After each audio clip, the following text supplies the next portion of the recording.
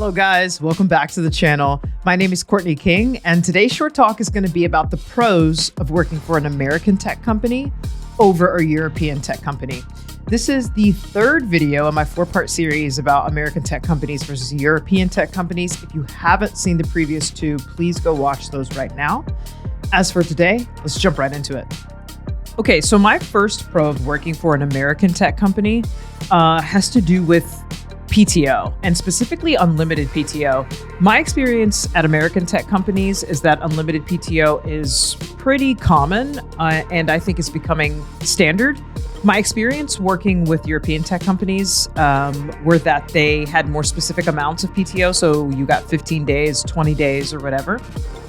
I've actually even worked for a European tech company remotely from North America, and the North American team was given unlimited PTO, but the European team had only like 15 or 20 days PTO.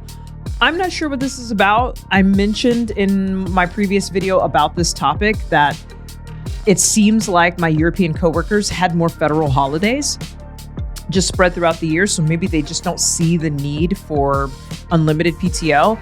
But yes, I would say that's one thing that was quite surprising to me. Obviously, the conventional thinking is that Americans have terrible PTO, terrible work-life balance, and Europeans have amazing PTO, amazing work-life balance. As I've said before, when it comes to the tech industry specifically, it's not that clear-cut. There is a little bit more nuance, and this is something where, in my experience, other people may have experienced things differently. I feel like American tech companies have a little bit of an edge. Okay, my second pro of working for an American tech company, this one was also kind of surprising to me. I just felt like my team was happier, and also that my customers here in North America were happier than the customers that I would deal with in EMEA or in Europe. EMEA is like the corporate speak term when you're talking about the European market.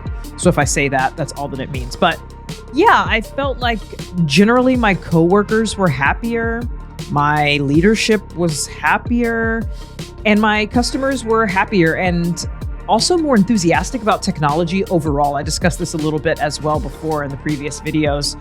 But yeah, I'm not sure exactly what that's about. Maybe other people have had different experiences. I felt that my European coworkers were just a little bit lower energy, a little bit more cynical just about everything, life in general, technology, the company, the future, just in general. I don't know well enough to know whether this is like a cultural difference primarily between the two groups, but specifically in the workplace and during work time activities and professional activities, definitely. I definitely feel like the happiness factor and the enthusiasm factor is a lot higher at American companies. And that was something that I missed, honestly, working for European companies. Okay, so the third item on this list has to do with feedback culture or constructive criticism. I'm going to be doing a whole video in the future about corporate feedback culture because I actually think there's a lot to say about it. And as it concerns American feedback culture versus European feedback culture, my experience has been that it's a little more equal and a little less hierarchical in American companies. So this is what I mean. My European leadership sort of felt like feedback only flowed one way, from the top down. They were not open to or really expecting or appreciative of feedback from the bottom up. So their team members really were not empowered to give feedback to them.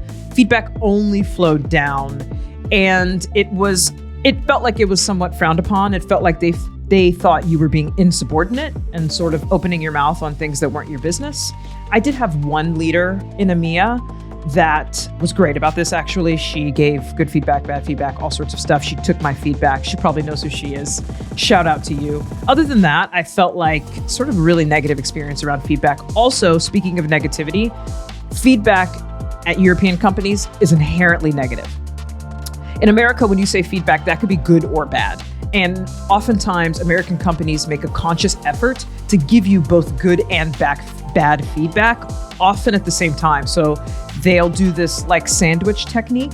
Well, they will sandwich a piece of negative feedback between two pieces of positive feedback. You did this really well. One thing I think we could work on is this. but also you're doing this really well. And that makes it easier to take. Now, maybe I'm spoiled. Maybe I've just been coddled by working in America, but Yeah, I felt really kind of put off by the feedback culture with my European leadership. It was definitely more hierarchical and definitely based in negativity only. So that was not that fun. Okay, the next item is a really important one.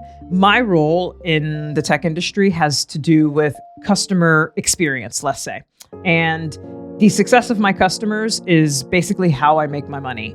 Me giving feedback to my company based on how my customers are doing and what we can be doing better. That's like the whole part of my job. So this is important to me. At American companies, there's just way more importance placed on customer happiness. If you know anything about the way customer service works in the United States versus Europe, this won't come as a surprise to you. This is actually across all industries. But yeah, I feel like American tech companies are super good about putting the customer at the center of the equation. They want to know what is working well for the customer and what isn't working well for the customer, and they will actually work to fix the things that are not working well. They are extremely open and desperately actually want customer feedback, and they will use that information to make the product better or the service better or whatever else the case may be. So that importance placed on customer happiness, that is probably just a cultural difference. And the American philosophy towards customer experience and customer happiness is just something that I'm more familiar with, and that makes more sense to me. Obviously, these customers are paying you, right, to keep them happy, and you can lose business if you don't, especially very large companies, enterprise, global, sized companies in the United States. If you do not keep them happy, you will lose their business. And often that feedback and those criticisms just fell on deaf ears when I was working with European companies. That was a big surprise to me. Okay, before we get into the last item on my list, do me a favor, like, subscribe, hit the bell icon. It doesn't cost you a dime, and it really helps me out with the algorithm. It lets the algorithm know that I'm actually reaching people and that you guys are enjoying the content. So if you could do that for me, it would be a huge help.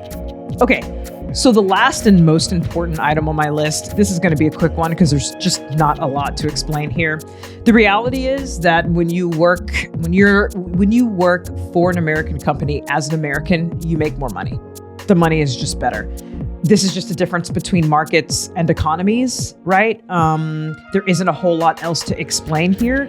Wages for the exact same job and the exact same work are just higher at American companies. Even Europeans know this. So there is no getting around that. Obviously, it's the biggest pro on my list for a reason. And it is definitely a reason if you were looking to choose one over the other, if you, for some reason, are being able to choose between a European company or an American company, this is probably something that you're going to notice.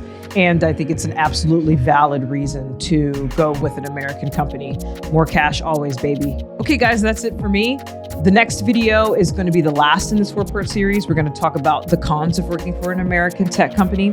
If you have worked for either one, leave me a comment. Let me know what your experience has been. Other than that, I will catch you in the next one.